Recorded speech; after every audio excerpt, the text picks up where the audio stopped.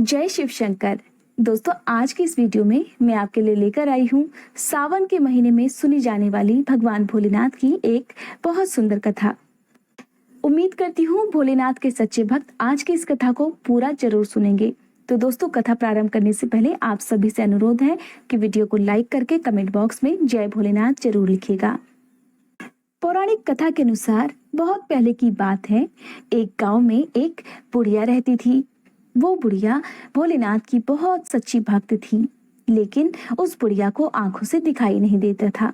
वो अंधी बुढ़िया थी। उसे आंखों से बेशक दिखाई ना देता हो, लेकिन वो बुढ़िया सुबह शाम शिव जी की भक्ति में मगन रहती। वो बिना किसी स्वार्थ के हर समय मन ही मन भोलेनाथ का ध्यान किया करती थी। एक दिन भोलेनाथ ने सोचा कि ये बुढ़िया तो रोज मेरा ध्यान करती है, लेकिन बदले में कभी कुछ भी नहीं मांगती। आखिरकार उसे उसकी भक्ति का फल तो मिलना ही चाहिए। ऐसा सोचकर भोलेनाथ एक दिन उस बुढ़िया के सामने वेश बदलकर प्रकट हो गए और बोले, माई, तुम हमारी सच्ची भक्त हो। जिस श्रद्धा और विश्वास के साथ तुम मेरा ध्यान करती हो, मैं तुमसे बहुत प्रसन्न हूँ। इसलिए आज तुम जो चाहे वरदान मांग सकती हो। तो बुढ़िया बोली, प्रभु, मैं तो अपने भोलेनाथ की ही पूजा करती हूँ और मैं तो उनके सिवा किसी और से कुछ मांग भी नहीं सकती। लेकिन मुझे मांगने की जरूरत ही क्या है? उनका दिया तो सब कुछ मेरे पास है, और जो भी कुछ मेरे पास है मैं उसी में बहुत खुश हूँ। इसलिए भक्ति करते हुए मैंने कभी कुछ मांगने के बारे में सोचा ही नहीं। इसलिए मुझे कुछ नहीं चाहिए। जब भोलेनाथ ने देखा कि बुढ़िया तो कुछ भी मांगने के लिए तैयार नहीं है, तो उन्हें अपने असली वेश में आना पड़ा। और जब उन्होंने उस बुढ़िया को यकीन दिलाया कि मैं ही स्वयं भोलेनाथ हूँ, तो बुढ़िया उनके चरणों में गिर पड़ी और कहने लगी, हे प्रभु, मुझे तो आप मिल गए। आपने मुझे साक्षात दर्शन दे दिए। मैंने अपने मन की आंखों से आपके दर्शन कर लिए हैं। मेरा जीवन धन्य हो गया है। अब तो मुझे कुछ और नहीं चाहिए। बुढ़िया जो थी वो अपनी बात पर अड़ी रही। तब भोलेनाथ को उनसे कहना ही पड़ा। कहने लगे, हम वरदान देने के लिए आए हैं, इसलिए तुम्हें कोई ना कोई वरदान तो मांगना ही पड़ेगा। ये सुनकर बुढ़िया बोली, अच्छा, लेकिन मुझे तो मांगना आता ही नहीं। अगर आप कहें तो मैं आपसे जो भी वरदान मांगना है वो कल मांग लूंगी, और तब तक मैं अपने बेटे और बहू से भी बात कर लूंगी कि मुझे मांगना क्या है।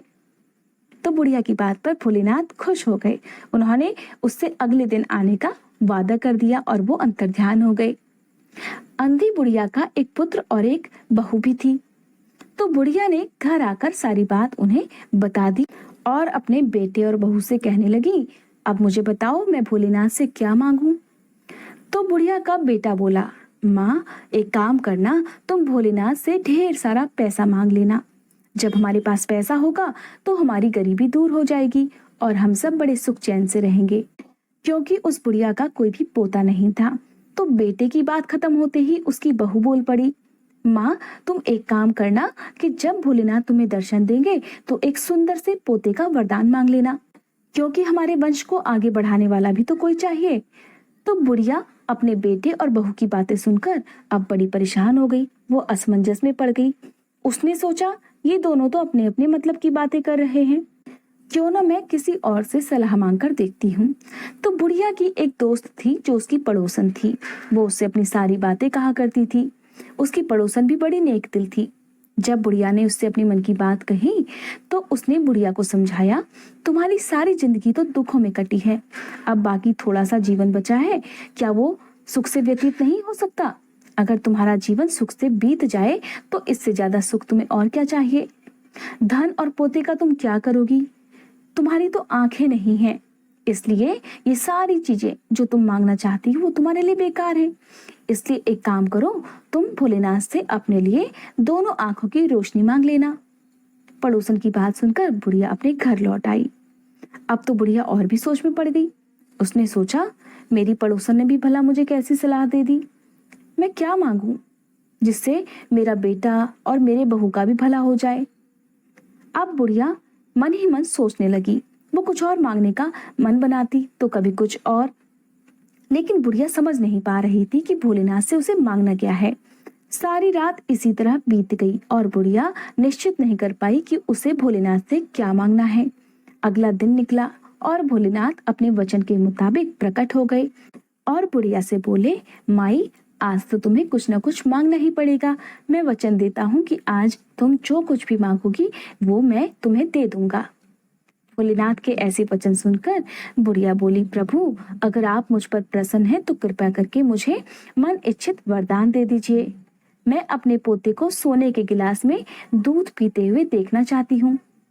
बुढ़िया की बातें सुनकर भोलेनाथ उसकी सादगी और सरलता पर मुस्कुरा दिए। बोले, अरे माई, तुमने तो मुझे ही ठग लिया है। मैंने तुम्हें एक वरदान मांगने के लिए बोला था, लेकिन तुमने तो एक वरदान में ही सब कुछ मांग लिया।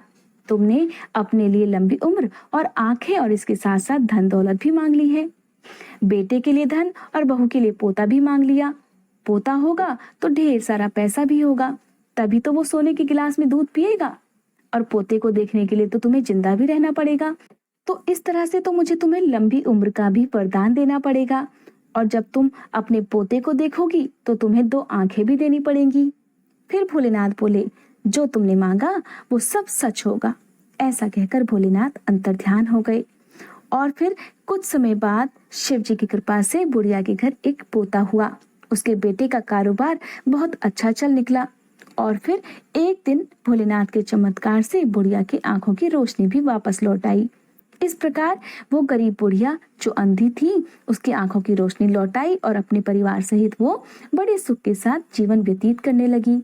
और अब भी वो भोलेनाथ की दोनों ही समय भक्ति करना बिल्कुल नहीं भूलती थी। तो इस तरह से दोस्तों, भोलेनाथ से जो भी भक्त सच्चे मन से पूजा करने के साथ साथ उनका ध्यान करने के साथ साथ जो कुछ भी मांगता है उसे भोलेनाथ की कृपा से सब कुछ मिल जाता है। दोस्तों, ये थी आज की कथा। उम्मीद करती हूँ ये वीडियो आपको अच्छी लगी होगी। अगर अच्छी लगी हो तो मेरे चैनल को सब्सक्राइब जरूर कीजिएगा और आपको इसी तरह मेरे चैनल पर हर दिन सावन के महीने में सुनी जाने वाली भोलेनाथ की कथाएं मिलती रहेंगी। जय भोलेनाथ।